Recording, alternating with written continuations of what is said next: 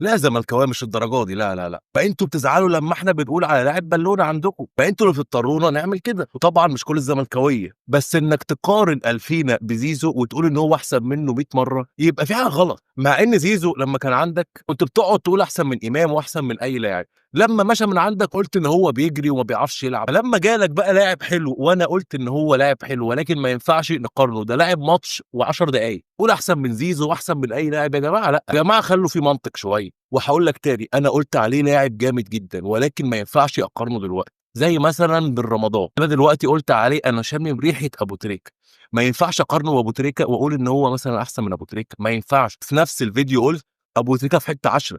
فالفكره يا صديقي ما ينفعش تقارن لاعب بلاعب وهو لسه لاعب عندك ماتش و10 دقائق، وتقارن لاعب بقاله سنين بيلعب كوره وكان عندك وكنت بتقول عليه احسن لاعب في العالم. خلوا في عقلانيه، مش عشان انتوا ما بقيتوش تحبوا زيزو فلازم اي جمله يدخل فيها زيزو احسن من زيزو، زيزو ما بيعرفش يلعب، زيزو بيجري بس. ده انتوا كنتوا طالعين بيه السما. فيها ايه يا صديقي لو قلت ان هو لعيب جامد؟ ما انا قلت ان هو لعيب جامد، بس بقى هل هيستمر ولا عشان لعب ماتش حلو يبقى هو احسن لاعب في الكوكب؟ وانا برضو بقول مش كل الزملكاويه، بعض من الزملكاويه. سلام.